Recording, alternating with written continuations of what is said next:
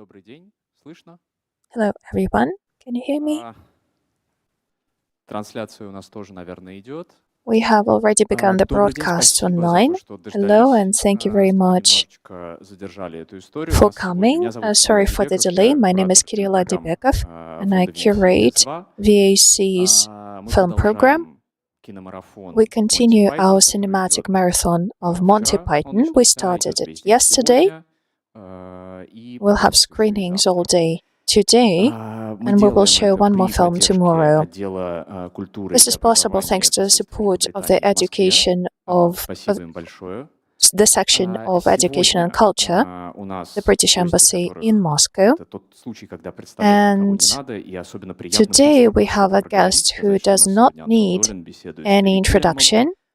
Anton Dolin Это is всего лишь going to приятно. interview Terry Gilliam today, and that's a great honor and a pleasure. И, наверное, я на этом откланяюсь, скажу только, что вы This is it for me. присутствуете на одном из The самых only thing первых left to say мероприятий is that в GES-2 Kino. you're attending one of Мы the будем first продолжать events in показывать our cinema хорошее hall кино, at мы будем GES-2. продолжать показывать We will авторское keep кино все showing больше и good больше, films, поэтому следите за independent анонсами, films. приходите, Please присоединяйтесь follow и так our далее. newsletters. Спасибо, передаю слово Hope Антону. to see you again soon. I'm passing the mic now to Anton and Terry. Спасибо большое, Кирилл. Thank you very Добрый much, вечер, Kirill. друзья. Good Мне очень evening, приятно, everyone. очень польщен, что And it's a great принимаю honor for участие в me and a таком great pleasure чудесном for me to мероприятии. take part in Надо such сказать, an что event. ГЭС-2 I это must дом say that современного GES-2 искусства, того is вида искусства, к которому, если называть the так, home of потому что я contemporary очень art, неравнодушен, но, конечно, that kind of вы сами contemporary art понимаете, that I что personally like. современное искусство это такой And единорог. Все you про него говорят, understand но maybe that никто не contemporary знает art точно, is a как kind of он a выглядит. unicorn. И Everybody speaks about it, but я nobody думаю, knows что what it одно looks like из exactly. парадоксальных And объяснений I того, think что такое that one современное of the искусство, paradoxes это of искусство, contemporary которое art продолжает нас is шокировать своей that современностью, this is так the же, как art оно that создано keeps не shocking сегодня, us не with its вчера. contemporaneity, И even if фильм it's и скетчи created Монти Пайтон, quite несомненно, a while относятся ago. именно к такому And искусству. I would say that Буквально Monty сегодня Python с моими детьми works обсуждали Монти exactly like Пайтон that. и вспомнили Just the other а, day, I was сегодня discussing у нас Monty так Python with называемый my день kids. так называемого By the way, защитника, так называемого today we Отечества. have a И bank holiday in Russia. It is called по the случаю Day этого of the очень Protector странного, of the абсолютно Homeland. монтипайтоновского праздника And this is a мы weird вспомнили Monty скетч Python-ish «Самая holiday, I смешная believe. шутка в мире». And we remembered the Он же sketch, the шутка, funniest которая joke in the убивает, world. And в котором, that если was the помните, joke английские that killed. Maybe you солдаты remember на it, немецком about the языке, которого English они не soldiers знают, по that одному spoke the слову German хором language which they выкрикивают didn't самую know. смешную шутку, They were тем shouting самым out the поражая joke word противника by word, и убивая его. thus Ничего более killing their современного, opponents. издевающегося на I этой would идее say that войны, there is конечно же, nothing more contemporary, и nothing more сравнивающего mocking оружие of the idea of the культуры, war itself. юмор и That войну is about the невозможно weapon себе of сегодня culture, представить. the Это humor. I think this is суперактуальный very текст contemporary. и кино. И мне ужасно And приятно it's a great pleasure for me that вместе с вами, потому что I'm сначала мы будем going разговаривать с Терри, а потом свои to вопросы talk with Terry сможете together with задавать вы. you, by the way. Этот So разговор, first, значит, we will наша have a встреча discussion for about an будет hour, чуть and then we'll меньше turn to 1,5 you, the audience. It will Сначала take будет around наш 90 диалог, minutes. потом ваш диалог с Терри. You Готовьте will be свои welcome вопросы. to join Я буду in говорить the last 30 по-русски, minutes. I will be Терри будет speaking говорить, Russian. разумеется, Terry will по-английски. speak Для English. тех, кому нужен синхронный If you need перевод, вот здесь simultaneous стоят наушники, вы interpretation, you are можете их most взять. welcome to take the Остальные headsets over могут there, пользоваться своим двуязычием or you себе в can радость. use your knowledge of English Вновь today. приветствую нашего And прекрасного I'm very happy интеллектуального to гостя. introduce И our первый вопрос guest такой. today, Terry. Терри, Hello. вы And my человек, first question will сделавший be, десяток фильмов, Terry, вошедших уже you're в a историю person who мирового created кино. a dozen of films that made it Сами to the по себе history of the бренд. world cinema. You are Каково a вам brand. сегодня, в What is it 2022 like for you году, today in по-прежнему выступать за 2022 группу Монти Пайтон, to still за talk about Monty групповую Python, that комедийную вот group эту вот work, скетч-труппу, that в которой вы sketch были равным group среди равных, where you were an одним из equal among 6 equals, one of the изобретателей этого 6 гениального ансамбля? inventors of this genius ensemble? Well, it seems like we did what we did yesterday. It seems very much about the world we're living in at the moment. The only difference is the world back then when we created Monty Python, the audiences laughed at everything. Now we laugh at less and less and less things. And that's my big concern about the contemporary world. But I think Python stands very much in the contemporary world, no matter how old we are getting. Вы до сих пор ощущаете себя вот питоном? Do you still feel a python, one of the pythons? Or is it a thing of the past? Is it in your past, in your biography? No, I'm sure it'll be on my gravestone. It's very hard to grow out of Monty Python, try as I might. Ну, тогда я хотел бы попробовать вас попросить определить, if that's okay, I would like to ask you, what is it like to be a Monty Python? It's about aesthetics, clearly, about a certain philosophy. It's also a lifestyle, I think, and a style of work, too. So what is it like to be a Monty Python? I mean, when we were working at the BBC, it was extraordinarily wonderful because we had the freedom to do what we wanted. We were a gang of six, basically, and the BBC couldn't control us. That's what was nice. And yet we would reach millions of people every time the show was shown. So that was a very privileged position, and those kinds of positions don't exist anymore now that everything is streamable, podcasts are going everywhere. There's no focus. So we were the beneficiaries of a focus that allowed us to reach large numbers of people with our anarchic brand of humor. It was a great time, and I've never really experienced anything quite like that. The only difference was I was the token American. I was the one that was different. So I was the butt of many a joke. I couldn't speak the language they spoke. I spoke American, not English. Можно ли сказать, что парадоксально ваше членство Can one say that paradoxically your membership in Monty Python served you badly in a way, because you got used to an extreme freedom which is impossible in Hollywood or anywhere where a feature film is made. I would say that this freedom is absent not only now, but also in the early days of your career. I mean, Jabberwocky and Baron Munchausen, and the time bandits too. I think that back then you couldn't afford to be so free as you used to be when you were part of the Monty Python group. Strangely, though, we were still allowed to be free because the shadow of Monty Python spread very long and dark. And there were, at that time, the big rock groups that were making so much money, they were looking for tax relief always. And because at that point, tax in England was 90%, if you reached a certain level, 90% of your money went to the government. And the only way to hold on to some of that money and use it for things you wanted to use it for was to put it into films and other methods of losing tax. And we were the beneficiaries of that. So, Holy Grail, Monty Python, the Holy Grail, Jabberwocky, even Time Bandits and Life of Brian were, again, beneficiaries because we had a Beatle who wanted to get rid of his tax problems. Когда у вас возникло ощущение того, что When did you feel that film is a more limited form of art than what you did in Monty Python? What was the film where you felt that, if it ever happened? The difference is the number of people that watch. In television at that point, we would get 9 million people, and that doesn't happen in the cinema.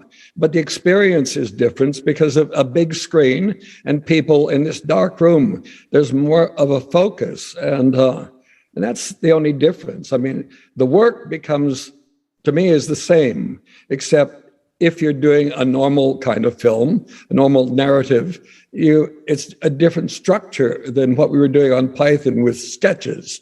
And yet we started adapting to the need of 2 hours straight. And so if you look at Holy Grail, it was really a series of sketches strung together in this Arthurian tale that most people understood what the tale was. So that was a way of doing it. When we got to Life of Brian, that became, in many ways, more of a traditional structure. But by the time we reached Meaning of Life, we were back to sketches again. And yet all the films worked in one way or the other. I don't think much about any of that. It's a decision whether you want to be a more traditional storyteller or not. That's all. Неприличный вопрос. У вас есть любимый фильм Монти Пайтон, полнометражный? Maybe an obscene question. Do you have a favorite film from the Monty Python series? And if so, why? Well, I think it's The Life of Brian, because it is a prescient film. The things we're talking about there are really about what is being talked about right now. And we had our own comic versions of that. And when the question is, Stan, why do you want to be a woman? And Stan says, I want to have babies. And the response is, where are you going to keep the fetus? In a cardboard box? This might apply to the world we're living in now. Я читал где-то, что песня, завершающая жизнь. I heard somewhere that the song Always Look on the Bright Side of Life at the end of the Life of Brian is the song that most of the UK citizens would like to be buried with. So out of all songs that we would like to play at their funeral, this is song number one. Are you proud of this? And would you like this song to be played at your funeral? I think, yes, I think it's wonderful that a song like that can be uplifting at the moment of somebody's funeral. And that at least, it implies that people still have a good sense of humor on certain subjects, like death. And that's a very important subject to keep laughing at. It's my theory that death does not have a good sense of humor. So the more fun we can have with death, the more jokes we can tell about death and dying, the longer he stays away. I mean, that's my theory to my old age, which has arrived now that I've passed 80. I mean, death, I either keep him very close or just keep laughing at him or giggling at him. And he never seemed to finish his job, and I keep walking and talking. Немножко сделав несколько шагов назад, I would like now to take a few steps back. You said that you didn't speak English, you spoke American, and I think this is common knowledge that you are the only American among Monty Pythons. We all know that you did animation, but not only that. Monty Python is famous for its equality inside of the group. And my question is, how did your attitude to the group change since the first moment you got to know the other Pythons and during your work when you became an equal among equals, although at the beginning you were clearly an outsider? I like being an outsider. I like being different from the mob, from the group. And so I enjoyed all of that. And in fact, what kept the group together was that we all respected each other artistically, and we respected the talents, but we argued all the time. It was a battle so often, except that the work was what we agreed on, and that was where we didn't really battle. We could argue about which sketches would go and or not, but it was always about quality. And as it went on, I still became the outsider and had, in many ways, more freedom as the outsider because what I did was different than the others. I mean, they wrote sketches and they were great performers. I did these visual mad things. And the others didn't really even know what I was doing until the day of the show when I would arrive with my cans of film. And because all the other material had to be voted on in a democratic way. Mine was the only bit of the material that was free from democracy. Могу я вас спросить, с вашей точки зрения, что вселенная Монти Пайтон давала анимации? My Next question would be, what do you think the universe of Monty Python gave your animation? And I also think that animation is a very free media. It's freer than film. Would you agree with that?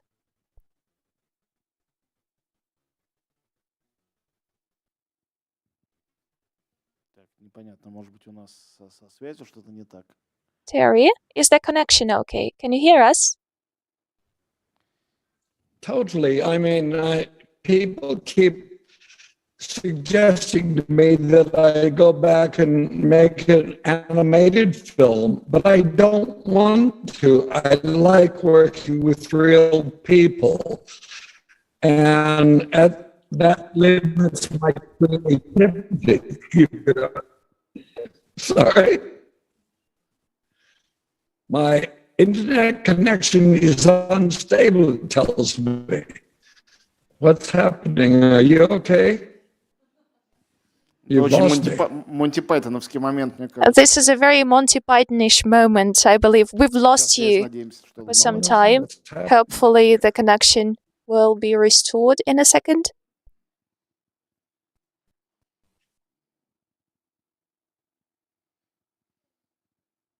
Попробуем перезапустить, видимо, да? We will try to relaunch Zoom.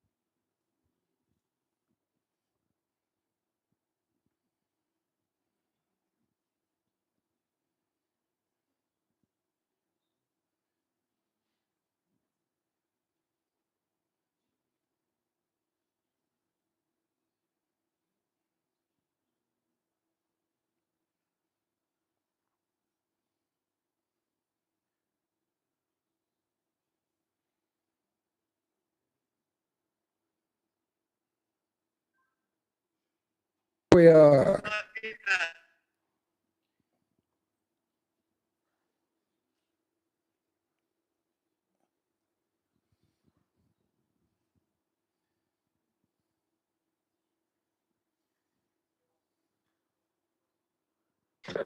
You're frozen. I'm frozen.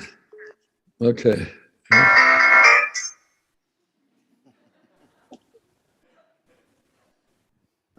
I actually can't talk now. Получилось? Are we back online?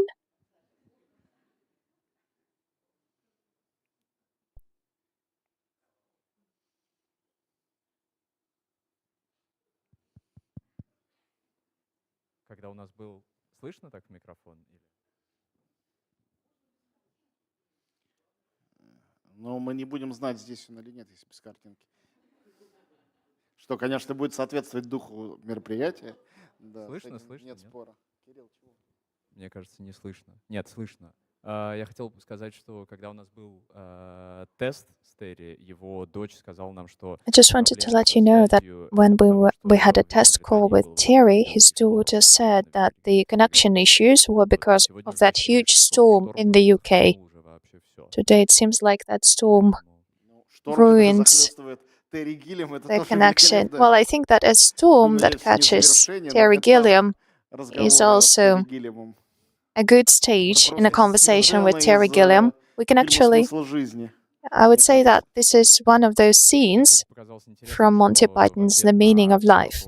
Actually, I thought it was so interesting that when you asked him about his favorite film, you said it was The Life of Brian, and this is exactly the film we're going to screen tonight at 7:30. Это очень мужественный фильм. And Happy Men's Day too. I would say that this is a very manly film. Terry, can you hear us?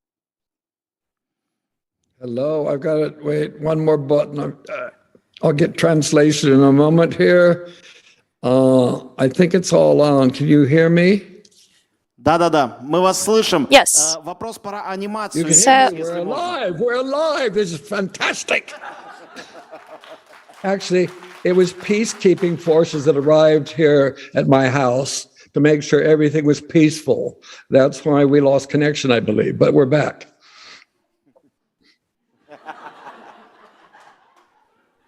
Okay. Можно ли попросить вас Okay, so the previous question was about animation. Did you hear it?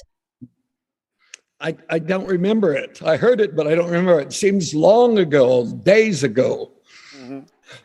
Хорошо. Вопрос был. Okay, I will repeat it. So the question was about animation and what it gave Monty Python, how necessary it was as a media for this genre of sketches.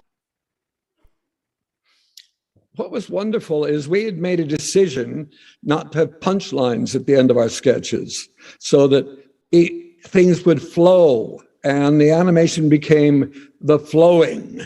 And it was wonderful for me because I had a start point and an end point to the next sketch. And within that, I could do whatever I wanted. And I found it always exciting because I would go in stream of consciousness mode, basically, and find ways of linking it. And the surprise was that it worked so well, me being an immigrant, a foreigner, and not speaking the language, and yet it all seemed to tie together and make absolute sense or nonsense, whichever way you wanted to look at it.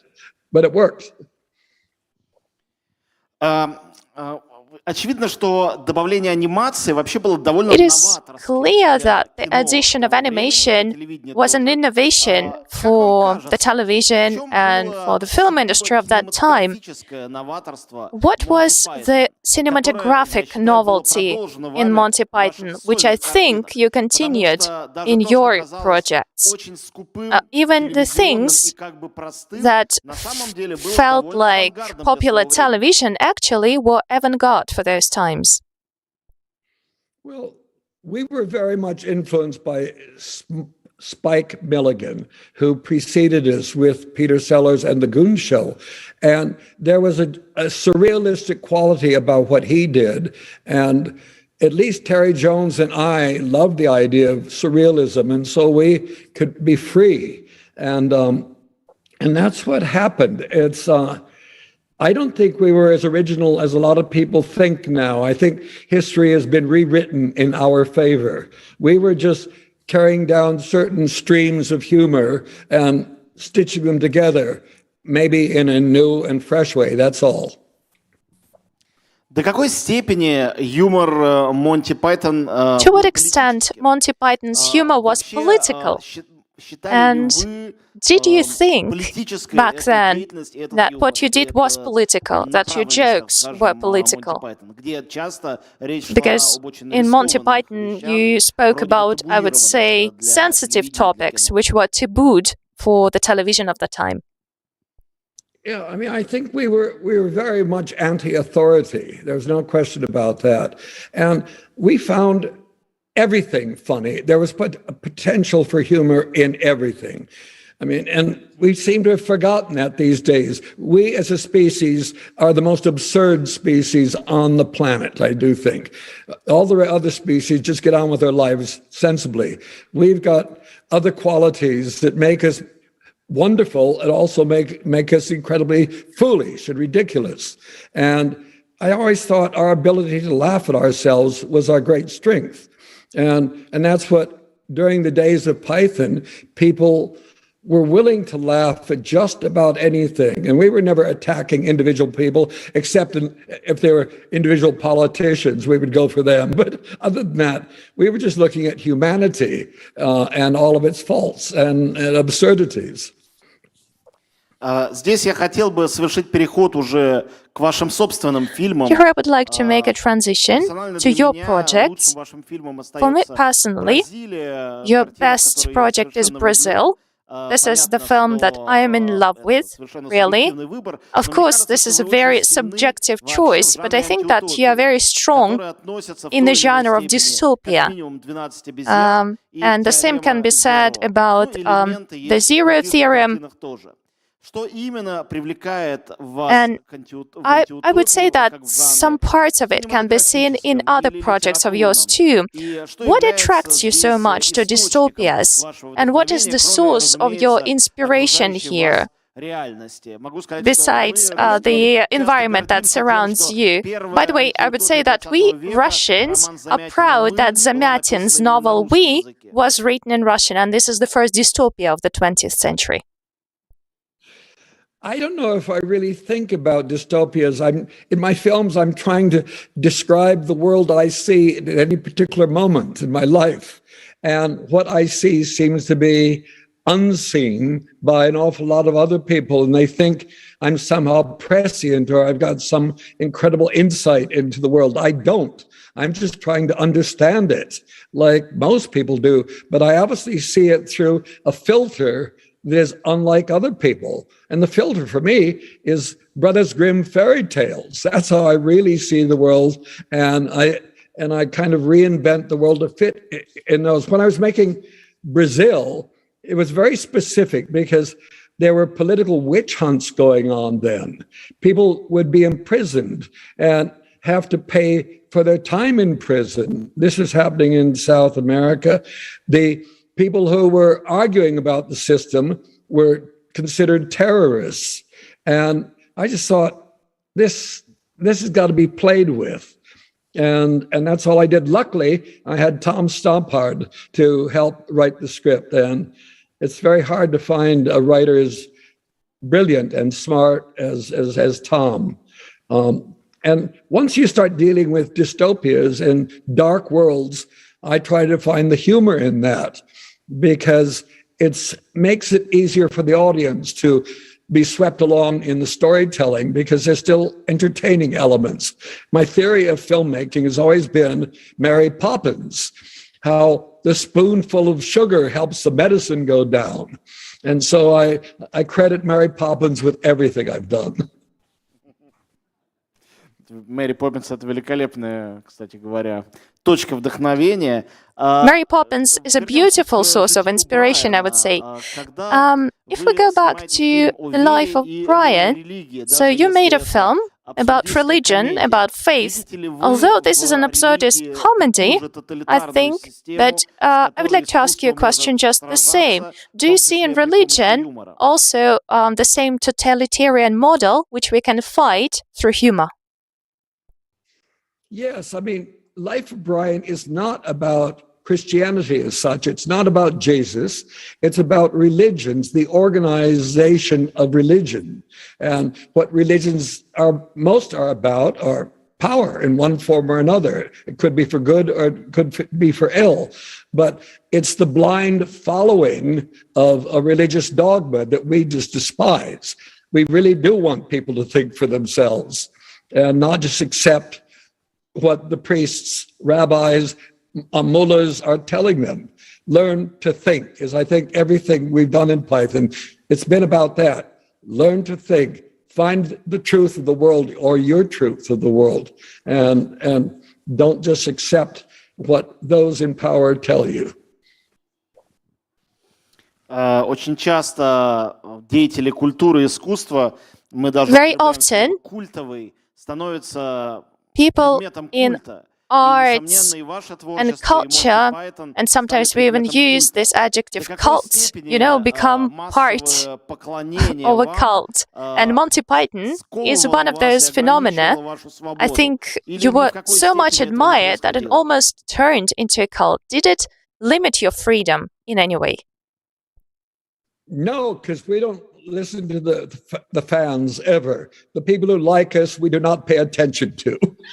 We are there trying to look with the freedom that you can look at the world. I mean, cults are terrifying things because that people stop thinking and they turn the leaders of cults into sort of godlike creatures.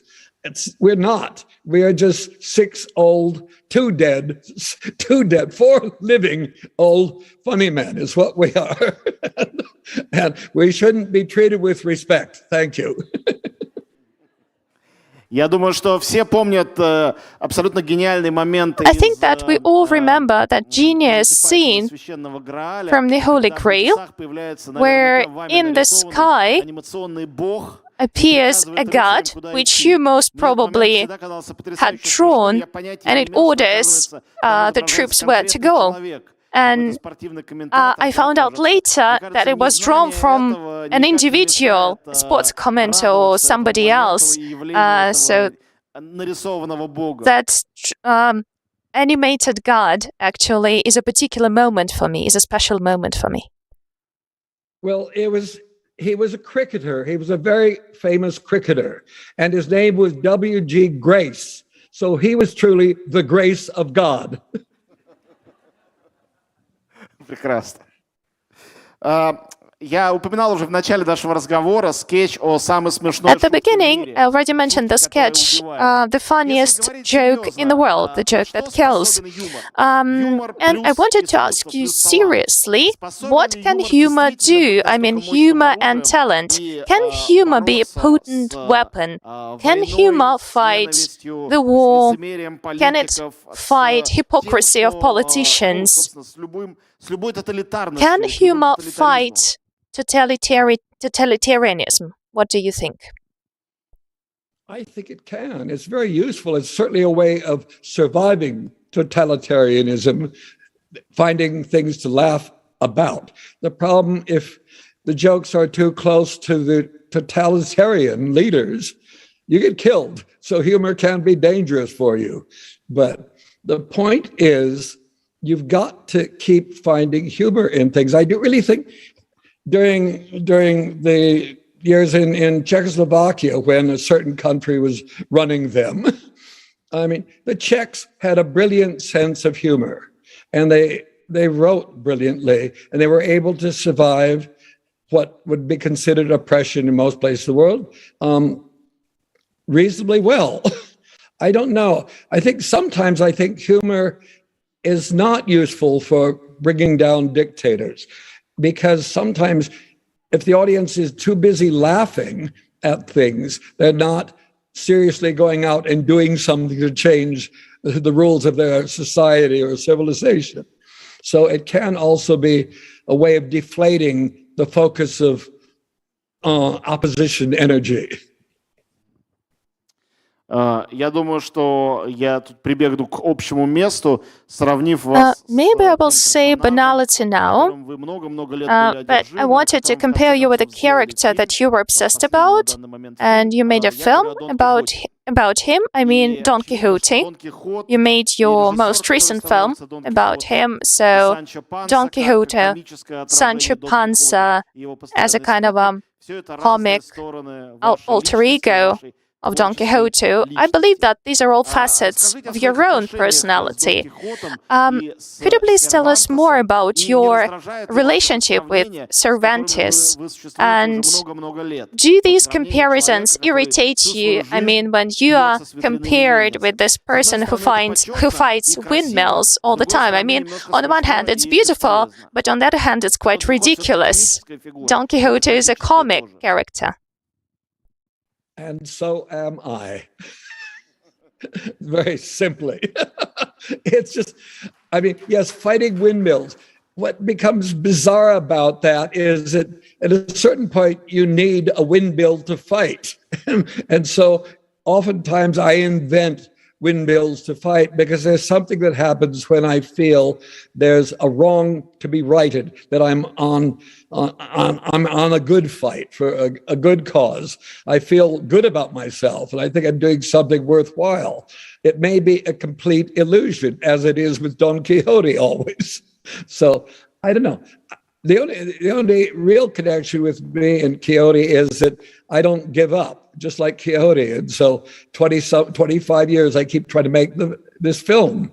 And I keep looking like I'm triumphing, and it's going to happen. I found the right producer. I've got the money. I'm off charging forward. And then bang, it all collapses. And then, like Quixote, you get up again and you find another way of going forward. He's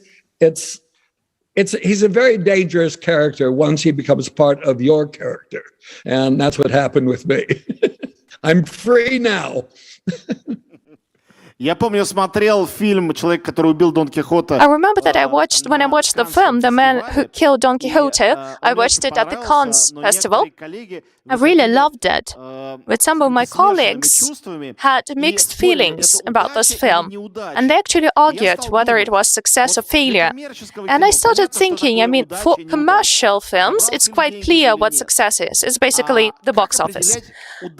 But how can we define success or failure for Terry Gilliam's films?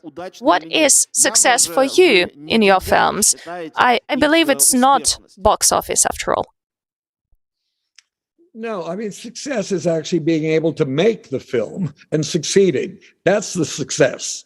And the fact that enough people like it, what I do, that makes me feel good. I get very nervous if everybody loved the film. Something is wrong with the film if everybody agrees it's wonderful. I prefer people have mixed reactions to it. But in the modern world, when I read, the film received mixed reviews, that's a real bad mark against the film. We're all supposed to be united in our belief that it's a wonderful film. That's bullshit, frankly. And so the success is having made something that I'm at least proud of, and I know that people I respect like it. I'll tell you what was interesting, because both in Spain, in Portugal, and in France, I met the most famous translators of Cervantes.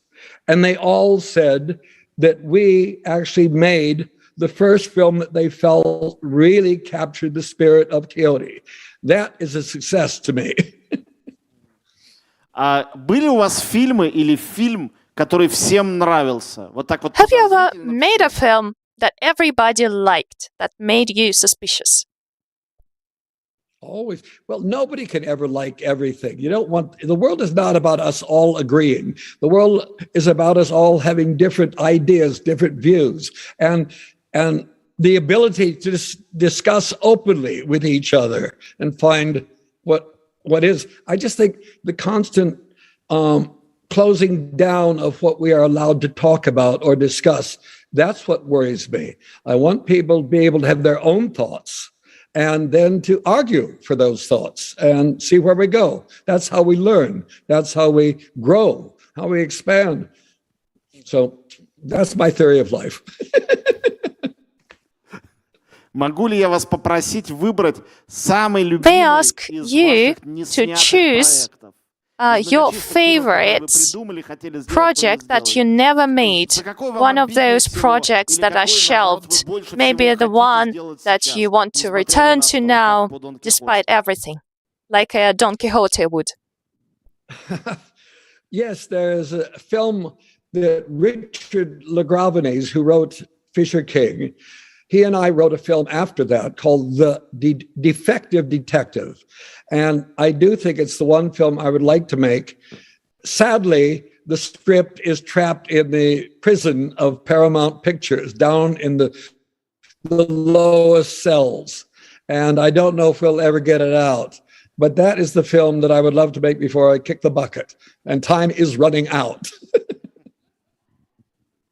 Наверное, последний мой вопрос, прежде чем мы не передадим микрофон в зрительный зал. Maybe one last question from me, and then we'll pass the mic to the audience. You began working on television together with Monty Python. Today, we're witnessing a revolution in media. All kinds of broadcasting are available online television has emerged, do you have any ambitions to immerse in this world? Maybe go back to television with your own project.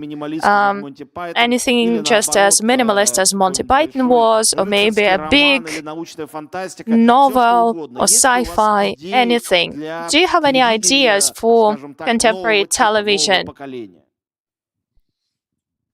I don't know. I don't really. I don't have a problem of if a film script is done for Netflix. The sad thing is most people will sit at their home in their comfort of their couch watching it. And cinema I like because people gather in a large group in a big dark space with this great big screen up there. The story is big and it really you get lost in the story. What bothers me is everybody's watching things on their iPhones now, where they are the audience, and they are much bigger than the story being told on that tiny little screen.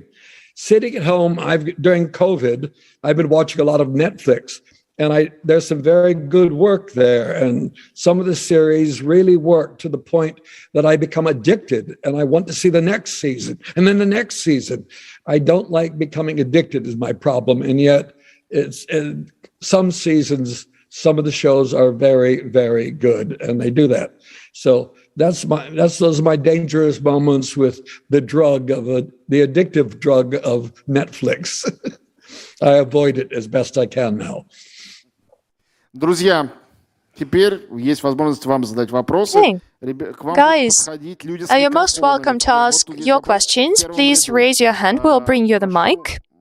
Тех, у кого микрофоны в руках, я не вижу, кто это, сделать это.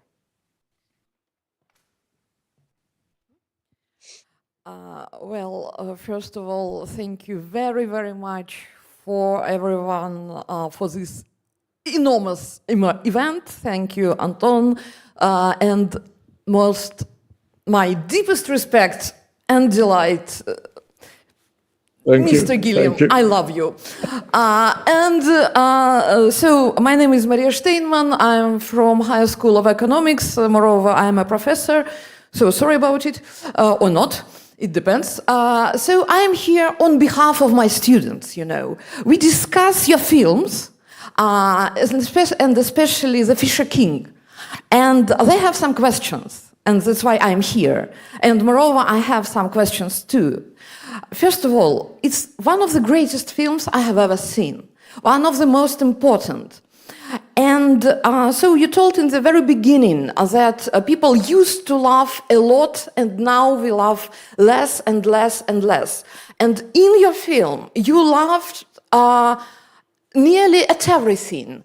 About media, about the tragedy happened in media, literally on open air, and about the Holy Grail itself. So does this laugh kill or revive? That is the first question. Does this laugh helps us to understand something, or it just takes us away from some, important things? And moreover, my students asked me about the final scenes when after Jack got the Holy Grail, and the Holy Grail is not a grail at all, but just a cup, but it helped to nearly kind of resurrection. Yes? And after that comes a scene after scene, and it seems to my students, false. Too many happy endings, they told me. And they asked me to ask you, why? Why so many happy endings? Do you believe that all your characters are really happy after all? So, thank you very much again. Actually, I don't think most of my films have happy endings. I think in Brazil, Sam goes crazy, but that was the best happy ending I could think of. He's mad, he's insane, but inside his own head, he has a happy ending. The outside world would not think it's a happy ending. Fisher King is a love story, is really what it's about. It's an old-fashioned love story. And it's the first script that I made that I didn't write. Richard LaGravenese wrote it. And I felt a great responsibility to try to stay true to what he wrote. And I actually had him on the set every day with me so that if I went off the path too far, he would say, come back. And that was what I loved about that experience is I had a great cast and it developed as it developed. I think it's the nicest film I've ever done because the characters are so good, they're so real. And all I can say, here's the end of that film, the happy ending when Robin seems to come back to life, was Dave Cassidy, who was, a great rock star in his day, told me his wife, he had been in a tragic accident where his wife died. He was driving the car and he felt the guilt of that for years and years and years. And it was only watching Fisher King that a cathartic moment occurred and that guilt was lifted off his shoulders. So I thought, that's a good excuse to have a happy ending if you can fix somebody's guilt. And guilt is very much the center of that film. Jack's character is a man riddled with the guilt the crime he helped commit. It's about redemption. So if you're doing a story about redemption, they tend to have happy endings. Not always, but that one did. Спасибо. Давайте следующий вопрос. Thank you. The next Подождите, question давайте from the там audience. наверху сначала, а потом можно здесь. Давайте передадим тоже микрофон по очереди. Please pass the mic. Good afternoon. I deeply appreciate your work. Thank you for everything you've done, for all your animation, and for being here and talking to us. I think my question would regard Monty Python and your animation in it. I was wondering, is it deliberate that you use cutouts and photography-like pictures in your animation? Has it some meaning or not? Yeah, the meaning of cutout animation is it's the cheapest way to do animation. And that's why I did it. It's quick, it's fast. I had to produce the animation in a couple of weeks for each show, boom, boom, boom. And we had no money. So the cheapest way of doing it was with cutouts. It was not a plan other than just how can one work at that pace with no assistance, with very little money. The only way you could do it was cutouts. And that's why it is like that. And I just got to enjoy the primitiveness of that way of animating. Пожалуйста, следующий вопрос. The next question, please. Hello, Terry. Thank you very much for your art. Thank you very much for what you do. Have you ever been inspired by anything from the Russian culture? And if you had to make your film, any of your films set in Russia, which would be the narrative that you choose? Well, I've been asked many times to make Master and Margarita, which takes place in Russia. I haven't done that. Battleship Potemkin was a very important film for me. Ivan the Terrible. These are important films. And I don't know. I don't know what I would make in Russia. I've been to Russia several times. Russia's been very important to me. In college, Dostoevsky kept me going for years. Chekhov, Gogol, these are great writers. And I love those stories. And maybe that is where I get my depression from, my depressive attitude that leads me towards dystopias occasionally. Because those writers, except for Gogol, is both incredibly funny and also very dark and sad. But it was the sadness of those stories, the difficulty of life that the stories are about is what I've always been intrigued with. So I don't know. How much money has Russia got for making films these days? I go where the money is. That's where I go. And I even learned a bit of Russian when I was in college. I was so impressed with Dostoevsky. So I was taking Russian because at that point in the early 60s in America, all the right wing and many people in America thought Russia would be controlling America by 1972. So I thought I ought to learn a bit of Russian so I could speak to our whoever was running the show then. And so I learned to say things like, как вы поживаете, как будет быть. Я встречал Новый год. Имеет большое значение. These are important things to learn. So that's it. Пожалуйста, следующий вопрос. Да, пожалуйста. А можно же на русском говорить? Можно, Is конечно, it okay if I ask my question in Russian? I would like to express my gratitude to GES. Thank you very much for hosting such an event. Thank you very much, Anton. I watch your YouTube channel, and thank you very much, Terry, of course. And I wanted to say a separate thank you for the 12 Monkeys, and this is a film that's played a huge role in my personal history. My question is, what shows did you like on Netflix?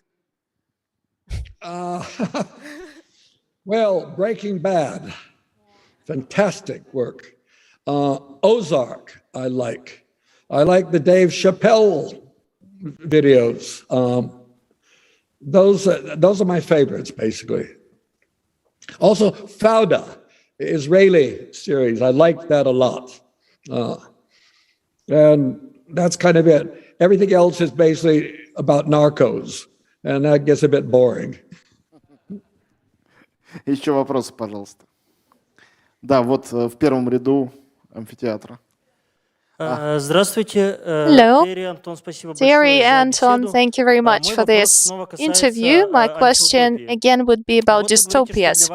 So, you said that the genre does not really matter for you, but now, when I go through the chronology of your films, I'm starting to think that really your characters are in this transition from a utopia to dystopia, from a dystopia to utopia, and they're always looking for this imaginary place and they want to reach it.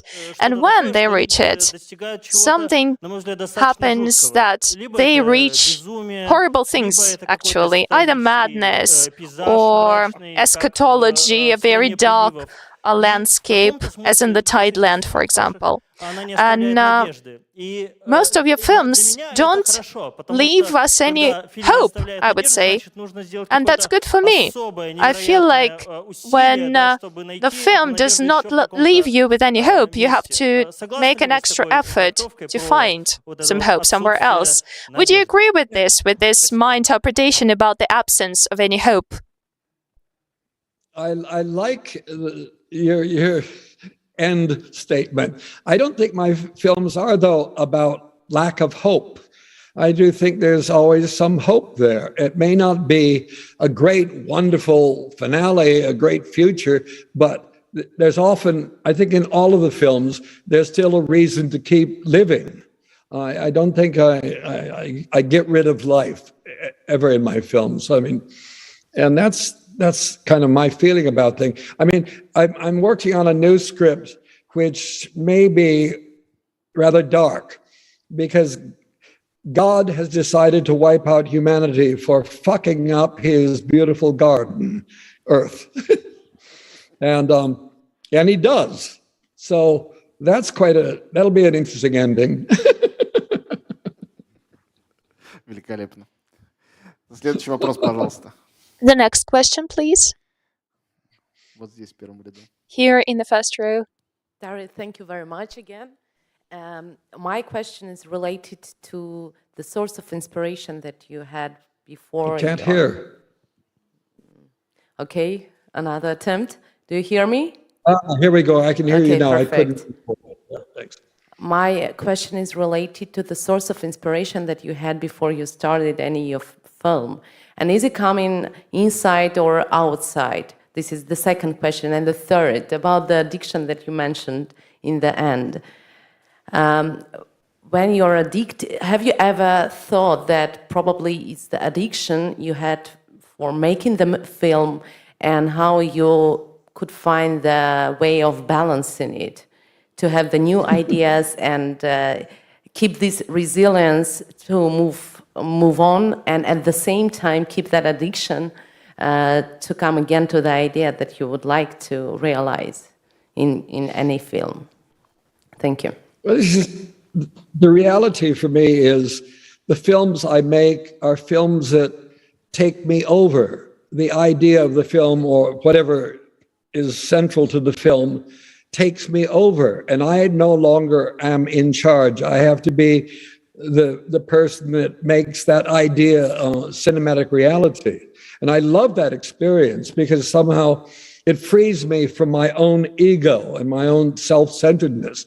So I'm just out there doing this idea that consumes me. And I can't control that. It's been quite a while since something has really grabbed me. Quixote was the longest experience, and I don't want to have to do that again. That's too much of a lifetime. But I only do work that inspires me, that excites me. And I think that's the only thing I can do. I find I like sometimes when the idea is not my idea, it comes from somewhere else and surprises me, and then we go on. The point is, I continue doing what I do because I like doing what I do. I like working. I like being involved in things. I like in films. I love being in this big collaborative organization with all these different types of talents working, from cameraman, sound man, music, actors, carpenters, plasterers, painters, all sorts of people. And to be part of that process is just exhilarating. I love it. I spend most of my time making films trying to break down the hierarchy in the system, because films can become very much like that. Leader at the top and everybody down below slaving away. And I try to break that down so that when I was making Baron Munchausen in Rome with Peppino Rotuno as the cinematographer, brilliant man, I had a translator because his English wasn't perfect, nor was my English perfect. So I had somebody who could actually speak both languages, Italian and English, perfectly. But he was unhappy with that because he, as the cinematographer, felt everybody had to go through him to talk to me. And I said, Peppino, I'm a Protestant, you're a Catholic. And yeah, you Catholics, you have to go through the Pope to get to God. Protestants, you don't need a Pope, you go directly to God. And that's the way I want to work. So it was this process of breaking down the hierarchy so anybody on the film could come to me directly and talk about whatever their problem was or what we needed to do or the better way of doing something. And that makes filmmaking wonderful because it's like climbing Mount Everest and everybody is involved in the process. And you've got to trust everybody on the rope to make sure that nobody's falling off. And one day when somebody is not available to climb, somebody else will keep pushing it forward. And that's, to me, just the best way to spend a few months of my life. That's all. Спасибо. У нас есть вопрос из онлайна. We have Давайте еще один a вопрос из question зала, from и online. потом Okay, let's take online. first a question from the audience here. Здравствуйте, Терри. Hello, Terry. Hello. Я давний фанат Монти Пайтона. I'm a huge fan of Monty Python. Сейчас слышно? Can you hear me? Yeah. Давний I can фанат hear you Монти. now, thank you. Yeah. Давний фанат Монти So I'm a Пайтона. huge fan of Monty Я рос Python. в 90-е годы. And I grew up Для in the России это было 90s. довольно жесткое время. For Russia, it was Monty quite a Python difficult я не time. совсем его понимал, потому And что для меня это I театр didn't quite абсурда. understand Monty Python Но мне back это then поднимало because it настроение. was the theater, the Моя absurd любимая серия, theater for мои me. любимые скетчи — But it это always made me Министерство happier my favorite sketch is the Ministry of Silly Walks. And I still love it, really. But my question is different. Actually, I just wanted to talk to you directly, and I just came up with a random question. I just wanted to say hi, Terry. But still, I do have a question about your film, Tideland. I really loved it. It's quite harsh. I would say it's quite dark. And the topics in it are quite dark too. And my question is, was it difficult for you to work with a child? Was it hard for you to find the girl that would play such a part? And is it fun to work with children on the set?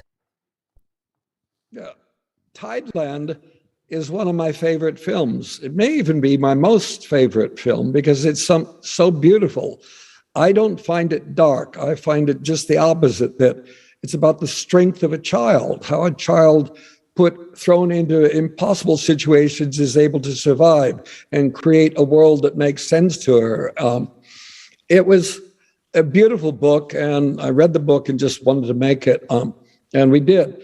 It took a long time to find Jodelle Ferland, who plays Jeliza Rose.